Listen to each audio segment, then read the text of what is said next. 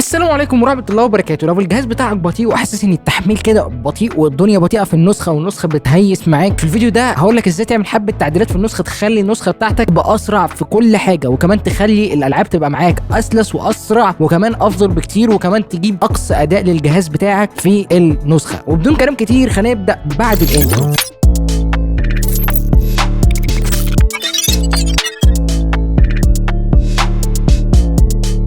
الاداه اللي هنستخدمها هي اداه تيك بايتس، وهي الاداه بتاعه القناه بتاعتنا. هسيب لك لينك بتاعها في الديسكربشن اللي انت تنزله. تمام، الاداه دي فيها كل التعديلات اللي انت ممكن تتخيلها اللي انت تعملها في الجهاز بتاعك عشان تسرعه. تمام، خلينا نفتح الاداه بالشكل دوت كده. ملحوظه بس حابب اقولها، لو جيت تفتح الاداه والاداه جابت لك رساله ري اوبن ذا اب او افتح الاداه مره ثانيه، افتح الاداه مرتين. يعني انت لو جالك مشكله هنا، يعني بعد ما الاداه ما فتحتش معاك افتحها مره كمان. تمام، هتلاقيها اشتغلت معاك لانها بس بتعمل حبه اعدادات في الاول لازم ترستر الاداه. فخلينا نقفل الصوت. تمام، هتفتح معاك بالشكل دوت. حابب بس اقول لك على حبه حاجات. الحاجات دي كلها احنا شرحناها في فيديو فات، هسيب لك اللينك بتاعه هنا او هنا او هنا، يعني اي حته، وهتلاقي اللينك بتاعه في الديسكربشن وفي الكومنتات برضه. فكل اللي هنروحه هنا بقى عشان نسرع الجهاز هو نروح على التويكس. فكك من ده كله. تمام، هنا في التويكس يا معلم. الفيديو ده طويل سنه، جيب كوبايه قهوه كده او شاي واقعد معايا. اول حاجه انت بتعملها في النسخه يا معلم هو اللي انت تعمل انستول مايكروسوفت ابس. تمام، ده اول حاجه انت بتعملها في النسخه بتاعتك. هتدوس على انستول مايكروسوفت ابس وتدوس على الديفولت. حابب اقول لك ان ده بيمسح حاجه اسمها بلوت وير. تمام، دي حاجات ويندوز 10 كده بتدخلك في النسخه، اللي هو انت ايه، الحاجات دي هتتسطب عندك بالعافيه. تمام، الحاجات دي انت ما بتستخدمهاش. تمام، فالحاجات دي مثلا زي سكايب، اللي هو السكايب او سكاي بي حسب ما انت بتنطقه. السكايب اظن ما فيش حد بقى يستخدمه على الكره الارضيه حاليا. يعني الميوزك بلاير بتاع النسخه اظن ما حدش بيستخدمه. الويزرد، البنج نيوز، البنج فاينانس، الحاجات دي كلها ما بستخدمهاش. ال 3 دي فيور في بعض الناس بتستخدمه. المايكروسوفت اوفيس، تمام، المايكروسوفت اوفيس اللي هو بينزل مع النسخه دايركت دوت، ده برده ما اظنش ان حد بيستخدمه. الجيت هيلب بتاع النسخه، السوليتير دي اللي هي لعبه الكوتشينه بتاعت النسخه. البنج فود اند درينك ما حدش بيستخدمه. الفيدباك هاب، الساوند ريكوردر، البنج سبورتس، الاكس بوكس اب، والبيبول. ما اظنش ان حد بيستخدم الابلكيشنز دي. تمام، فاول حاجه هتعملها في النسخه بتاعتك اول ما تشطب البرنامج اللي انت تمسح البلوت وير او الحاجات بتاعت مايكروسوفت اللي مالهاش لازمه، عن طريق ان انت تعمل ديفولت وتدوس انستول. لو في حاجه انت عايزها شيلها كده وهتلاقيها مش هتتمسح. تمام، فانا الجيت هيلب عايز امسحه هدوس انستول. طبعا التعديلات دي انا كلها عاملها على الجهاز عندي. تمام، فهي اوريدي اصلا معموله، ولكن انا بعملها لك عشان اوريك الدنيا بتشتغل ازاي واشرح لك كل تعديل بيعمل ايه. تمام، عشان برضو تبقى فاهم الاداء معايا يعني. تمام، لان الاداء بتاعتكم يا جماعه والله. تمام، زي ما انت شايف هو هنا خلص الانستليشن. تمام، انا الانستليشن بتاعتي اصلا كانت خلصانه فهو ما لقاش حاجه يمسحها. تمام، اول بقى ما نرجع للتويكس بتاعتنا، كل اللي عايزه تعملها هنا طبعا انا مشجع دماغك بالحاجات دي كلها، ولكن عايزك انت لو عايز تختصر الموضوع هتدوس على كلمه جيمنج لو انت بتحب الجيمنج او راجل جيمنج، وتختار كارت الشاشه بتاعك. كارت الشاشه بتاعك نيفيديا ولا اي ام دي؟ هتختار نيفيديا لو نيفيديا،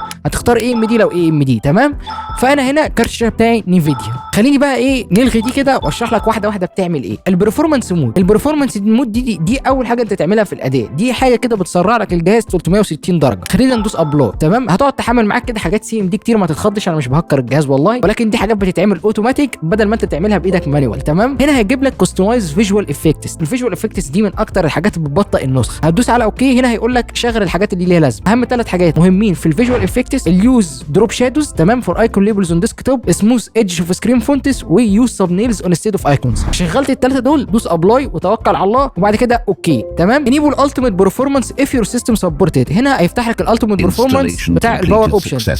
انا هنا عندي حاجه اسمها البيتسيوم هايست برفورمانس. البيتسيوم هايست برفورمانس ده يا جماعه ده بيعمل اوبتمايزيشن للسي بي يو ان هو يديله احسن اداء، يخلي البروسيسور يجيب اقصى اداء ليه من غير ما تكسر السرعه في البورده. تمام، دوت ممكن يسبب معاك شويه حاجات، ولكن انت خليت البروسيسور يجيب اقصى اداء ليه او اقصى او اعلى اداء ليه. ده هيتسبب في حاجه ان درجه الحراره ممكن تعلى معاك. حط خط تحت دي. هتست درجه حراره البروسيسور ازاي؟ عن طريق اللي انت هتنزل برنامجين. اول حاجه الفور مارك، والفور مارك عندي على الجهاز، ولكن البرنامج الثاني خليني انزله. تمام، البرنامج الثاني هتفتح عمك الجوجل وتكتب كده فور مارك. طبعا كلنا عارفين الفور مارك. تمام، اللي هو بالشكل دوت. تمام، خليه مفتوح كده. والبرنامج الثاني هنكتب كور تيمب. تمام، وهتفتح اول لينك هيظهر لك بالشكل دوت او شكل اللي هو علامه الناس اللي بتاعت الترمومتر دي ولا مش عارف السيرمومتر، ما علينا يعني. تمام، وهتستنى لحد ما البرنامج ينزل معاك. البرنامج مساحته ضعيفه جدا قليله جدا. تمام، اكسبت. تمام، نيكست انستول. تمام، نيكست تمام، لانش كور تمب، تمام شكرا. هتفتح الكور تمب كده. كل اللي انا عايزه منك اللي انت تفتح بعد ما شغلت البيتسيوم هايست برفورمانس، بعد ما هو بقى شغال معاك كده هتروح على السي بي يو بيرنر وبعد كده تدوس على ستارت. تمام، وانت بتراقب درجه الحراره هنا. تمام، زي ما انت شايف انا درجه الحراره عندي هنا ما بتعلاش عن ال 60. تمام، لان انا جايب مبرد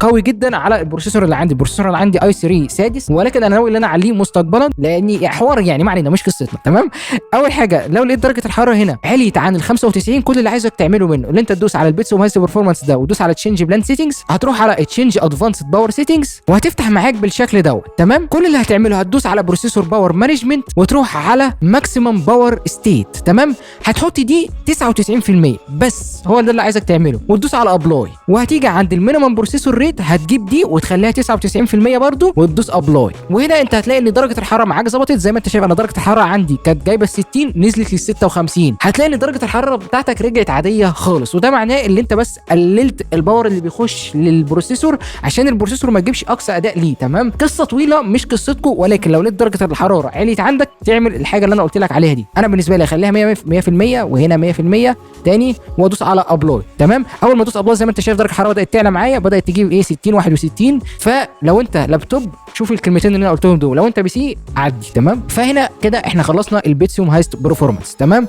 البيتسيوم هايست برفورمانس ده موجود فين اهو، البيتسيوم هايست برفورمانس. يبقى احنا كده شرحنا الاثنين دول، خلينا بقى ناخدهم بالترتيب. الويندوز دارك مود واللايت مود. الويندوز دارك مود ده بيخلي الويندوز اللون الاسود دوت زي ما انت شايف كده ايه باللون الاسود ده للناس اللي بتحب الدارك. لو انت اخترت اللايت مود زي ما انت شايف دوست ابلاي هيقلب لك النسخه باللون اللي هو الابيض اللي هو اللايت بقى، الناس اللي بتحب الحياه بتاعتها ايه بيضه في بيضه ايه. زي ما انت شايف هتلاقي النسخه قلبت لايت مود. انا هنا مثلا هقلبها دارك مود تاني وادوس على ابلاي لان انا بحب الدارك يا جماعه، انا عاشق للدارك. تمام، installation completed successfully for using TechBytes. زي ما انت شايف هتلاقي النسخه قلبت معاك دارك. تمام، ده اللايت مود والدارك مود. تمام، الجاد مود فولدر ده فولدر فيه بلاوي نسخه تاني. تمام، يعني بص بنفس اللفظ اللي انا قلته ده كده. فخلينا بقى نفتح كده ونشوف ده هيعمل ايه. هنحدد الجاد مود فولدر بتاعنا ده وندوس على ابلود. تمام، هيفتح معاك فولدر موجود جوه الاداه. تمام، هيفتح معاك فولدر بالشكل دوت جوه التيم، وهتلاقي كده شكل ايقونه الكنترول بانل فتحت معاك. دي مش كنترول بانل، دوس عليها كده هتلاقي حاجات كتير بتاعه ويندوز 10. يعني بص عيش بص دي حاجات كلها كونفيجريشن بقى وخبايا ويندوز 10. تمام، اكتشفها مع نفسك. تمام، ممكن تنقل الفولدر دوت هنا كده او تنقله على الديسك توب. تمام، بحيث ان هو يبقى موجود على الديسك توب كده. انا مش عارف البتاع ده شكله نزل لعبه. تمام، الكور تيم بشكل نزل لعبه معايا. تمام، المهم هتفتح الاداه بتاعتك دي كده والفولدر ده هتلاقي بقى حاجات كده ايه. جرب انت. تمام، ادينا عرفنا الجاد مود فولدر. تمام، عندك المانيوال تويكس والبرفورمانس مود، دول اتنين بيشتغلوا مع بعض، دول ما تقلقش منهم حاجه. فخلينا نعمل المانيوال تويكس وندوس على ابلاي. هيقول لك هنا ديسيبل اوتوماتيك ابديت مابس. دي الحاجات بتاعت التتبع. عارف انت لما تلاقي اللوكيشن بتاعك معروف كده ومسروق في اي حته، دي بسبب ان الاوتوماتيك ابديت مابس مفتوحه. هنا انت هتعملها اوف، هي الديفولت بتاعها كده انت هتعملها اوف. تمام، وبعد كده هيقول لك كلين اب سيستم بارتيشن، هتدوس على اوكي. وهنا انت هتعمل كلين او هتنظف فايل السيستم بتاعك اللي هو السي من التيمب والحاجات كل والابديتس القديمه. يعني مثلا خلينا نشوف، هندوس على كده ونحدد كل حاجه. تمام، فمثلا كده تمام، وبعد كده هندوس على اوكي. تمام، ديليت فايلز، وبعد كده هينضف لك السي بتاعك او البارتيشن السي. تمام، هو بس بيمسح الحاجات اللي مالهاش لازمه، يعني ما تقلقش من اي حاجه. وبعد هنا يقول لك تيرن اوف unnecessary ابس ان ستارت اب. تمام، دي اللي انت تقفل الابس اللي انت ما بتستخدمهاش. الابس دي يا جماعه بتقل الجهاز جدا، يعني مثلا زي الكلاود فلير ده هنقفله، مايكروسوفت بي سي مانجر دي هنسيبها. تمام، ده هنقفله، الوندر شير. تمام، دي انت لو لقيت عندك برامج كتير معمول لها اون لا اعملها اوف، لان دوت بيبطئ الجهاز، بيخلي البوت بتاعه ياخد وقت اكتر. تمام، زي ما انت شايف انا قافل كل الحاجات هنا لاني مش عايز الجهاز يفتح ببطء. تمام، هنا هيقول لك تيرن اوف سينك سيتنجز. تمام، هتدوس اوكي. هنا السينك سيتنجز دي هتحصل لو انت حاطط الجيميل بتاعك في النسخه. هتلاقي ان الويندوز عماله تاخد الداتا بتاعتك مثلا زي الصور اللي انت بتحطها والواي فاي نتورك اند باسورد، حاجات كتير ايه النسخه بتاخدها كده ملهاش لازمه. دي بتبطئ من النت بتاعك، وكمان بتخلي في كده سحب نت شغال كده ايه من وراك وانت مش حاسس. تمام، ما علينا يعني، ودي كمان للخصوصيه. فانت هتعمل السينك سيتنجز تعملها اوف. تمام، لو الناس بتحب تدعم مايكروسوفت خليها اون مفيش مشكله يعني. هنا هيقول لك على ديسيبل بلوري افكت، هتدوس اوكي. البلوري افكت دوت هنا هنا عارف انت زي ما النسخه بتحاول ان هي تقول لك انا بدعم الابس او انا بحسن شكل الابس، هنا ولا بيعملوا حاجه ولا بيعملوا اي بتنجان يعني. تمام، دي حاجه كده بتشتغل، بتقعد تسحب من الرامات بتاعتك يعني بتأفور يعني. المهم يعني اللي انت تعملها اوف ملهاش اي لازمه، حابب تسيبها قول مفيش منها اي مشكله، ولكن هي ملهاش لازمه. هنا تشينج ماوس ليفل من 6 ل 11، هندوس اوكي. قبل ما تعمل تشينج ماوس سيتنج من 6 ل 11 انا عايزك تخش على البوينتر اوبشنز وتروح على الانهانس بوينتر بريسيشن، دي بتبقى معاك كده خليها اوف. الناس الجيمرز هتفهم الكلام اللي انا بقوله ده. الناس العاديه يا باشا دي بتحسن الايم بتاعك في اللعب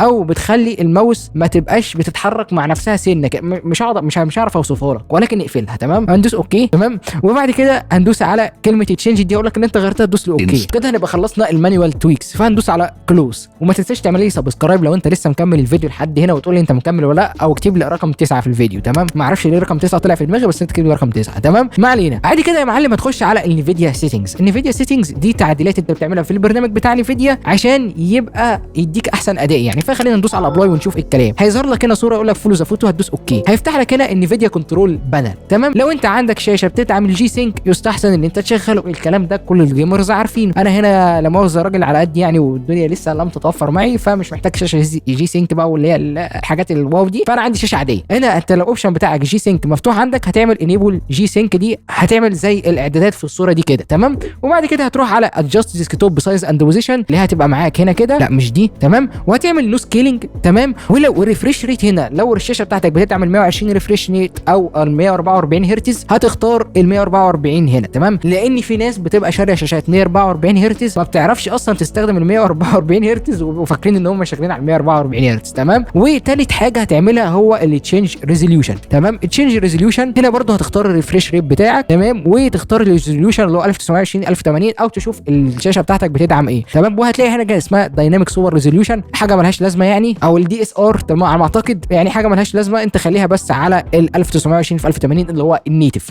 تمام، وبعد كده هتروح على كونفيجر سراوند اند فيزيكس، هتختار الكونفيجر سراوند اند فيزيكس كده، وديو ابلاكس تشينجز تو ابلاي ناو، احنا اصلا ما عملناش اي تعديلات. هتخش هنا هتختار على البروسيسور، هتختار النفيديا جي فورس جي اكس 970، لان هنا انت مش عايز تضغط على البروسيسور في حاجه ملهاش لازمه زي ان هو يوضح لك الصوره او يعمل لك الصوره. فانت لو عندك كارت شاشه اختار كارت الشاشه هو اللي يقوم بالواجب ده، لان كارت الشاشه بيبقى اصلا معظم الوقت مريح دماغه. تمام، وبعد كده هتنزل شويه هتلاقي المانج 3 سيتنجز، المانج 3 دي سيتنجز اللي هي ديت. المانج 3 دي سيتنجز بقى عايزك تعمل فيها حبه حاجات كده. تمام، اول حاجه الاتموسفيريك فلترنج دي هتعملها اوف. تمام، خلينا نختار دي كده اوف. تمام، وبعد كده هتيجي عند الانتي انالايزنج مود، بدل ما ابلكيشن كنترول هتعملها اوف. وبعد كده هتنزل على الكودا جي بي يو، هتختار متاكد ان انت مختارها اول. لو انت عندك كارتين شاشه اختار اول، لو انت عندك كارت شاشه واحد هي هتبقى بالديفولت او. هتنزل على الدي اس ار هتعملها اوف. هنا حبه تعديلات كتير تعملها. هتنزل على الدي اس ار او ليجاسي سكيلينج. تمام، وهنا الليجاسي سكيلينج احنا مش عايزينه، اللي احنا هنحدد دي كده وندوس على اوكي، هتبقى معانا اوف. وبعد كده هتنزل تحت شويه لحد ما تيجي على الباور مانجمنت مود اللي هو برضو هتلاقي هنا ثانيه واحده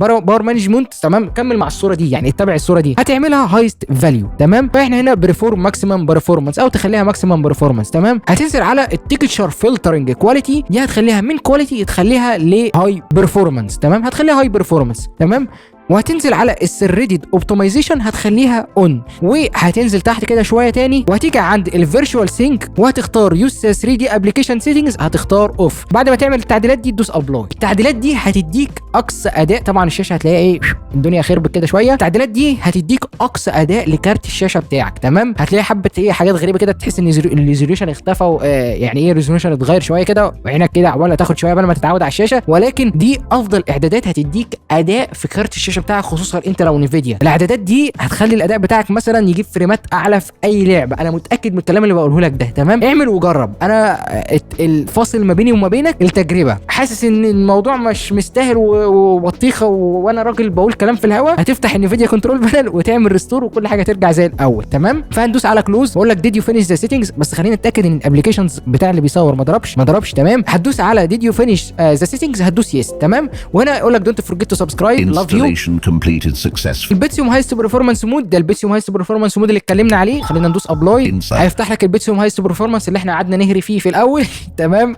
وبعد كده هيخش على انفيديا كلين درايفر انستولر. انت لو واحد بتتعقد من الدرايفر بتاع انفيديا وما بتعرفش تنزله او عندك مشكله في تنزيله، دوس على انفيديا كلين درايفر انستولر ده ودوس على ابلاي. هيفتح معاك ابلكيشن بالشكل ده. فتح معانا ده بينزل لك افضل درايفر لكارت الشاشه بتاعك. هو قرا كارت الشاشه بتاع انفيديا جي فورس الجي تي اكس 970، قرا كل حاجه وقرا الكورنت درايفر اللي هو 537. انا هنا الانستول بيست درايفر 546، يعني انا الدرايفر بتاعي قديم شويه، فهدوس على نيكست. ده بقى ميزته في ايه؟ بينزل لك الحاجات اللي هي ده بيشيل الحاجات اللي بتنزل مع الدرايفر اللي مالهاش لازمه لانفيديا وتحطها لك في النص كده تمام. عندك مثلا حاجات زي الفيزيكس، الاتش دي اوديو، في اتش دي ام اي، مايكروسوفت فيجوال، يو اس بي سي درايفر، الحاجات دي كلها. انت لو راجل مش التليمنتري طبعا من اكتر الحاجات، يعني انفيديا بتسرق منك داتا طبعا عشان يشوفوا كارت الشاشه بتاعك اخباره ايه. التليمنتري دي يا جماعه اول ما تشوف اي حاجه كده الغيها، دي كده لما اوصف الكلمه بقول لك انا بسرق الداتا بتاعتك بس بالذوق من الاخر. فخلينا نرجع لموضوعنا. انت هنا لو راجل مش متخصص قوي، وانا مش هقعد اشرح في الحاجات دي كتير قوي لان محتاجه حلقه انها تتشرح تمام، هتدوس على ريكومندد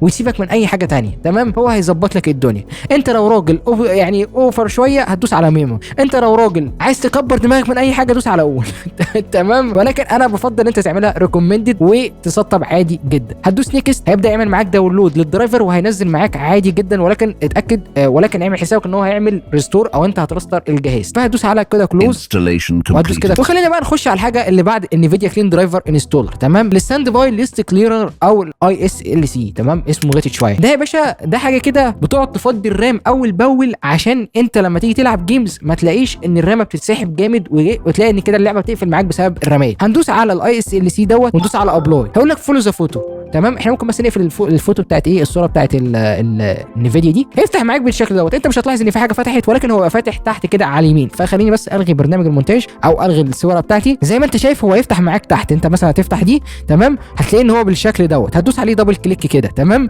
او ممكن تلاقيه فتح معاك هنا. على العموم نرجع برنامج المونتاج بتاعنا تمام. مرحبا رجعت لكم. علينا هتلاقي ان هو فتح معاك بالشكل ده. خلينا نجيب البرنامج فوق كده والصوره تحت كده تمام. اول حاجه انت هتدوس على ستوب تمام. وهنا انا عايزك تظبط حبه اعدادات حسب الجهاز بتاعك. اول حاجه هنا البرنامج معمول ان عدد الرامات يبقى 16 تمام. انت لو عندك الرامات بتاعتك 8 جيجا هتقلب دي من 8192. هتفتح الكالكوليتر تمام، هتكتب 4 في 1024 وهتاخد الرقم ده اللي هو 4096 تمام، 4096 وتحطه هنا ومش هتعمل اي حاجه تاني تمام. وهتدوس على ستارت. البرنامج ده بيعمل ايه يا معلم؟ البرنامج ده بيقعد يفضي الرامات اللي هي عندك في الجهاز هنا تمام. زي ما انت شايف الميموري هو بيفضل يفضيها اول باول. اول ما تتملي من التمب او الكاشات او الحاجات دي كلها يفضل يفضيها تمام. البرنامج الاعدادات بتاعته جاهزه ما تعملش فيه اي حاجه تمام. الستاند باي ده بيفتح معاك على طول تمام. يعني انت مجرد ما تفتحه وتخش تلعب عادي جدا وتعامل تمام، مفيش منه اي حاجه. الاعداد بتاعته مظبوط. وظيفته ان اول ما بيلاقي ان الرامات بتاعتك عدت الليميت اللي انت حاطه هنا بيقوم ماسح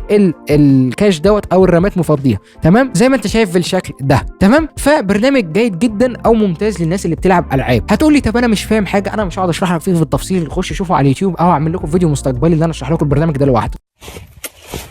صباح الفل.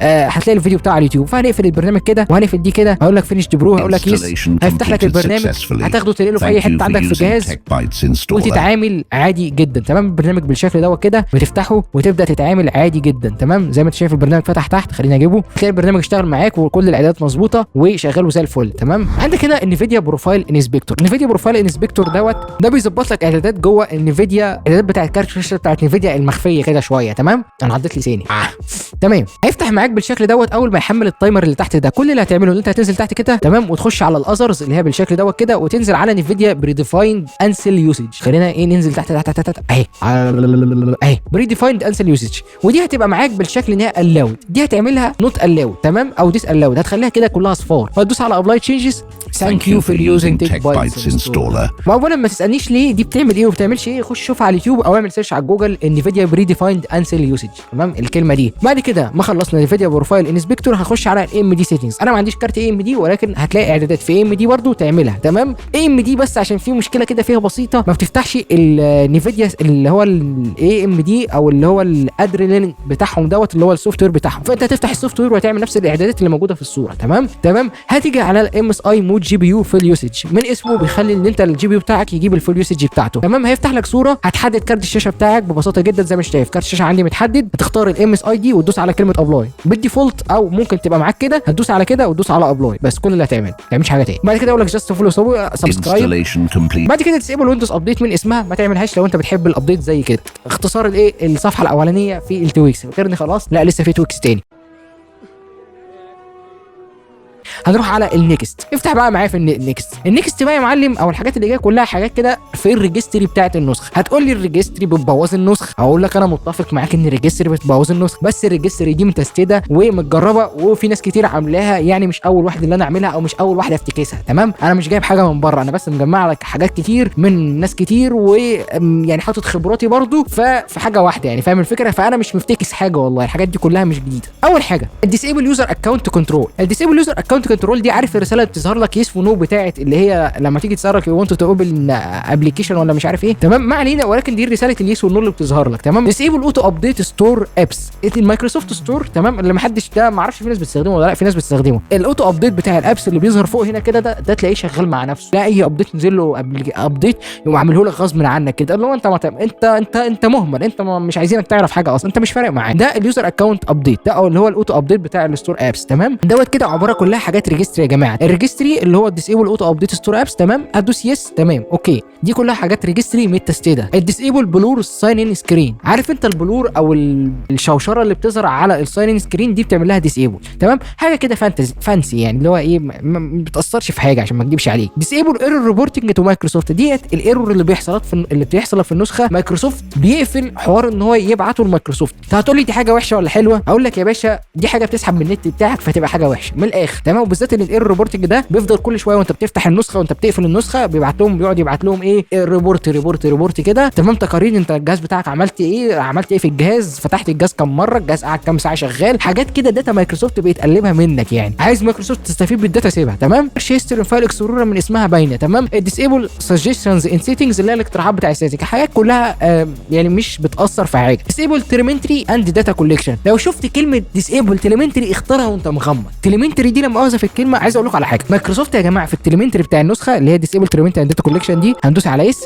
عايز اقول لكم على حاجه، مايكروسوفت حرفيا بتاخد كل زرار انت بتدوس عليه على الكيبورد بيتبعت لهم كل الداتا بتاعتك. عشان كده انت لما بتعمل سيرش على الجهاز اللي انت مثلا عايز تشتري حاجه، الداتا بتاعتهم بتتبعت. الداتا بتاعتك يعني بتلاقي اعلانات ظهرت لك كده على طول في وشك، ايه انت عايز كذا، انت مش عايز كذا. انا كنت يعني انت مثلا دخلت تدور على شنطه، تمام، شنطه معينه، قفلت البراوزر، قفلت جوجل وداخل مثلا على الفيسبوك، تلاقي اعلان طلع لك في وشك، ايه انت مش كنت عايز الشنطه دي، انت مش كنت عايز الشنطه ديت بسبب ان الداتا بتاعتك بتتسرق، كل حرف على الكيبورد بيتسرق. لو انت عايز تسيب مايكروسوفت تستنفع منك وانت الموضوع ده بيس معاك، سيبها، ما تقفلش التليمنتري. لو انت راجل يعني ايه حريص على الداتا شويه، اقفل التليمنتري دي. تمام، لان ديت حاجه بيستخدمها برضو المخترقين او الهاكرز. تمام، بينزلوا لك ابلكيشن، والابلكيشن ده بياخد التليمنتري مع النسخه، بيعمل كده حوار يعني. ما علينا، ماشي. المهم اللي انت تقفل الديسيبل تليمنتري اند داتا كوليكشن، دي حاجه سكيورتي ليك انت. تمام، ديسيبل تايم لاين سجستشنز دي من اسمها، ديسيبل تيبس اباوت ويندوز من اسمها، ويب سيرش اند كورتانا اللي هي كورتانا والويب سيرش زي ما انت شايف. كورتانا عندي لو جيت تفتحها كده، كورتانا از ويندوز ابيكيتد اللي هو مقفوله يعني مش شغاله هنا، دي بسبب ان هي اللي انت عامل لها هنا ديسيبل. تمام، في ناس بتحبها فعادي جدا. ديسيبل ويلكم اكسبيرينس، حاجه برضو عبيطه جدا من اسمها. تمام، ديسيبل ويندوز ابديت فور ايفر، لو عملت دي الويندوز ابديت مش هيتفتح تاني الا لما تخش على الفيديو بتاع اللي انا هسيبه لك بتاع الويندوز ابديت وتشغل الابديت مانوال بايدك. تمام، مستقبلا هحط اوبشن اللي انت لو عملت حاجه غلط هنا او عملت حاجه انت مش عايزها تفتحها تاني، او اللي انت تعملها انيبل، يعني عامل ديسيبل واعمل انيبل، بس ده مستقبلا في الفيرجن المستقبليه، لان صراحه كان هياخد ضغط شغل كتير يعني. ما علينا، خلينا نخش على النكست. نيبل اوتو كومبليت دي. تمام، اوتو كومبليت دي حاجه لذيذه جدا، يعني مثلا لو انت عملت سيرش هنا هتلاقي ان السيرش بيكمل نفسه زي ما انت شايف، كاتب لك كلمه ستيم. طبعا الموضوع ده بيبقى متوسع شويه اكتر من النسخه زي ما انت شايف. ايه هتلاقي ان كل كلمه بتتكمل زي ما انت شايف، انا بكتب الحرف بيكمل لي الكلمه حسب الحاجات اللي في النسخه. طبعا ده بيبقى موجود في النسخه، ولكن مش بيبقى موجود اللي هو واخد اكسس ان هو يجيب لك اي حاجه من على الجهاز بتاعك. تمام، فالاوتو كومبليت بتدي له الاكسس اكسس ده. الفايل اكسبلورر ستارتنج زيس بي سي، الفايل اكسبلورر ستارتنج زيس بي سي ببساطه جدا لما تدوس على الاكسبلورر دوت هيفتح معاك زيس بي سي. انت لو دوست هتلاقي ان هو فتح معاك على الكويك اكسس. تمام، فدي حاجه لذيذه جدا. تمام، منيو شو ديليت صفر، شوف بلو سكرين اوف ديس ديتيلز، دي لذيذه جدا عشان دي بتظهر لك الايرور كود كامل بتاع الحاجه اللي حصلت في الجهاز. الايرور سكرين اوف ديس اللي هي الشاشه الزرقاء بتاعه الوش الحزين ده. تمام، دي بتظهر لك ايه السبب اللي حصل. ويندوز 7 فوليوم ده ببساطه جدا، خليني اوريك ليه الناس اللي بتحب ويندوز 7. خلينا نلغي البرنامج ده كده. ده ببساطه جدا بيظهر لك الويندوز 7 فوليوم اللي هو الويندوز 7 ده. تمام، انا من الناس اللي بتحب ويندوز 7 وعاجبني دوت اكتر من الويندوز 10. تمام، انا بحب الويندوز 7 فوليوم. تمام، انت عندك هتلاقي شكل الويندوز 10 عادي. تمام، الفوتو فيور بتاع الويندوز، طبعا الويندوز اللي هو ال7 طبعا. تمام، زي ما انت شايف لو اخترناه كده ودوسنا على ابلاي دوسنا يس، هندوس على اي صوره، نفتح اي صوره عندنا هنا دي مثلا، ندوس على كليك يمين اوبن ويز، فين اوبن ويز. تمام، اوبن ويز هتلاقي ان الويندوز فوتو فيور فتح معاك او ظهر معاك. وطبعا الويندوز فوتو فيور من افضل الحاجات لان هو بيظهر لك الفول ديتيلز. تمام، وكمان الويندوز بتاع الفوتو فيور بتاع ويندوز 10 بيبقى فيه مشاكل في جوده الصوره. انا بستخدمه عشان انا بستخدم الفوتوشوب، فمحتاج ان انا ابص على الكواليتي كامله والالوان تبقى مظبوطه. تمام، ده بيحصل في الويندوز 7 اكسبلورر. الويندوز 10 ما بيظبطش الالوان معاه. ويندوز سيستم مود اوف دوت رساله الاكتيفيشن اللي بتظهر لك تحت هنا، بتبقى رساله رخمه يعني عامه، بس ده بيلغيها بس مش بيأكتف النسخه عشان تقول لي انا عملته وما اكتفش النسخه. احنا لا نشتغل في الحاجات احنا ناس محترمين قوي. ما علينا، نروح على الانتل سي بي يو بايورتي والاي ام دي سي بايورتي. لو انت هنا عندك بروسيسور انتل هتختار الانتل سي بي بايورتي دوت. بيفرق معاك في اللعب اللي بتستخدم البروسيسور زي الجيم لوب لو انت بتلعب بابجي موبايل، الفالورنت، لعبه ايه تاني، كول اوف ديوتي وورزون، لعبه ايه تاني مثلا بتستخدم بروسيسور، مش عارف والله، سي اس جو، الحاجات دي كلها. تمام، ده بيفرق معاك ان دوت بيدي اداء للبروسيسور، يخلي البروسيسور يبقى واخد عارف لما تفتح لعبه يبقى هي اللي بتاخد البروسيسور بس ما فيش حاجه شغاله في الخلفيه واخده معاها البروسيسور. حوار كبير. لو انت انتل اختار انتل، لو انت اي ام دي اختار اي ام دي. ريموف شورت كات ارو، الناس اللي ما بتحبش شكل الشورت كات انا هنا مشغلها. يعني مثلا خلينا نفتح اي حاجه، السي ريفلوجز مثلا، سند تو. تمام، ديسكتوب شورت كات. تمام، زي ما انت شايف هنا علامه السهم اللي على الشورت كات مش موجوده عشان انا مشغل الخاصيه دي، فانا همسح دي كده مش محتاجها وامسح دي كده. تمام، فانا هنا مشغل اللي هي الشورت كات دي معمول لها ريموف. تمام، فخلينا نفتح مثلا ايه فولدر كده تاني.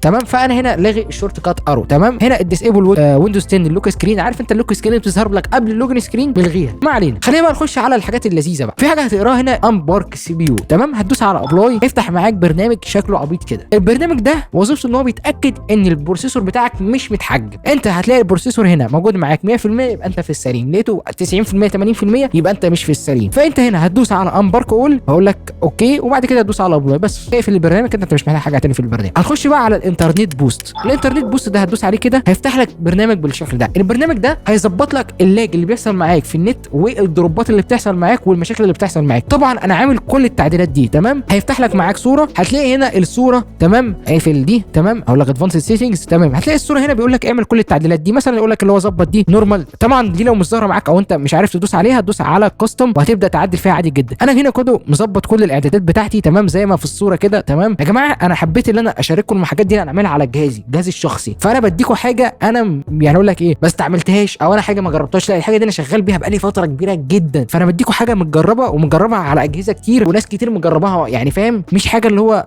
يوم وليله. انت فاهم، مديك لا مديك حاجه بجد. يعني الناس حتى الجيمرز او الناس اللي فاهمه في الحاجات دي بجد يعني انا مستني كومنتات منهم. ادوني في الكومنتات قولوا لي هل انا بقول كلام ملوش لازمه ولا لا. الحاجات دي هتحسن معاك النت بشكل كبير جدا، يعني هتلاقي بجد تطور في النت. لازم تجرب، انا مش هقعد اشرح لك كتير، يعني انت لازم تجرب. بعد كده هتقفل التويكس النورمالز دي، هقول لك خش على الادفانسد سيتنجز، هتدوس اوكي، هيفتح لك صوره فيها الادفانسد سيتنجز. هتروح على البرنامج بتاعك بالشكل دوت كده بس عشان ايه ما تتخيلوش انا ببص الدنيا. البرنامج بتاعنا لذيذ. تمام، البرنامج بتاعنا هنا هو هتدوس على الادفانسد سيتنجز وهتعمل برده نفس الاعدادات زي ما انت شايف. انا هنا عامل اعدادات. تمام، زي ما هي كده اعملها زي ما هي كده، خدها كده كوبي باس، غير الارقام دي زي كده كوبي باس وتدوس على ابلاي تشينجز. تمام، وتدوس على اوكي وتعمل ابلاي عادي جدا. تمام، بعد كده بعد الانترنت بوست ده هتدوس على نيكست. انا عايز اشرب ميه عشان ايه اتشت جيم. ريني شوف والواحد حاسس يقوم يجهز للفجر. ما علينا، هيخش معاك على بيج 4. بيج 4 بقى يا معلم، انا امسح عشان انا هتخش معاك على بيج 4. بيج 4 بقى يا معلم حاجه كده اعدادات اللعب، بتظبط الجهاز بتاعك للعبه اللي انت بتلعبها. تمام، دي بعض اللعب الاونلاين، في لعبه هتضاف مستقبلا، في لعب كتير هتضاف مستقبلا. ما علينا، لعبه زي مثلا اوفر واتش والحاجات دي لسه ما اتضافتش، هنضيفها. تمام، ما علينا، هندوس على انيبل رام. طبعا انت هنا عايزك تعرف انت الجهاز بتاعك فيه كام رام او كام جيجا رامات، فانت هنا هتختار. انا الجهاز بتاعي فيه 16 جيجا. هتقول لي يا عم سمير انت عرفت منين ان عندك 16 جيجا؟ هقول لك انت عمرك ما استخدمت جهاز كمبيوتر، حرام عليك تسال سؤال زي ده، ولكن هقول لك ازاي. تمام، هتدوس على التاسك بار اللي هو تحت ده، وتدوس على كليك يمين تاسك مانجر، وهتروح على البرفورمانس، وهتروح على الميموري، وفي الميموري هتشوف هنا مكتوب عندك كام. 16 جيجا هتختار 16، 8 جيجا هتختار 8، 32 هتختار 32، 64 انت فهمت الليل. انا هنا 16 جيجا. تمام، وبعد كده هختار اللعبه اللي انا بلعبها. انا مثلا بختار لعب الوور زون وفالو وببجي ستيم وايبكس وجاتا 5 او جاتا في او جراند سيف اوتو في للناس اللي بتحب تقول اسمها كام، وادوس ابلاي.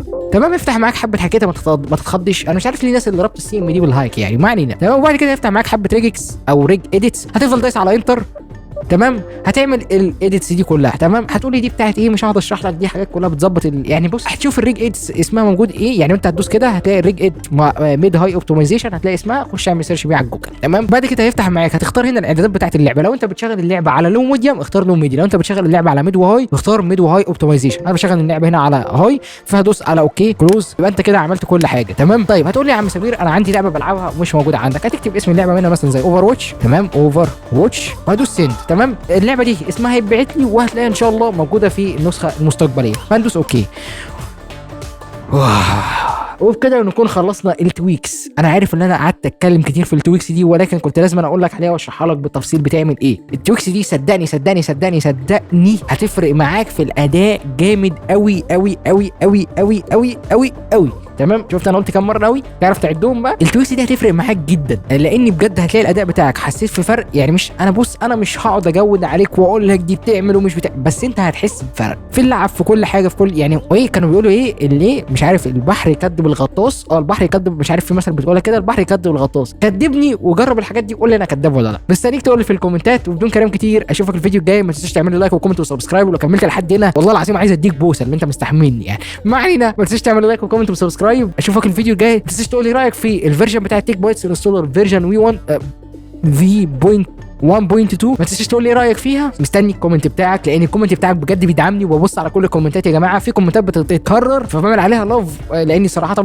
يعني مثلا هرد على كومنت نفس الكومنت 6000 مره يا جدعان يعني. الحمد لله، هو الحمد لله طبعا الكومنتات بتجيلنا وان في تفاعل والناس بتحب القناه، ولكن ارد انا بشر والله. تمام، ما علينا يعني برغي كتير. اشوفكم الفيديو الجاي. ما تنساش تعملوا لايك وكومنت وسبسكرايب وبيس. سبسكرايب عشان السبسكرايب الجميل بيفرق معايا. تمام، وبدون كلام كتير بيس.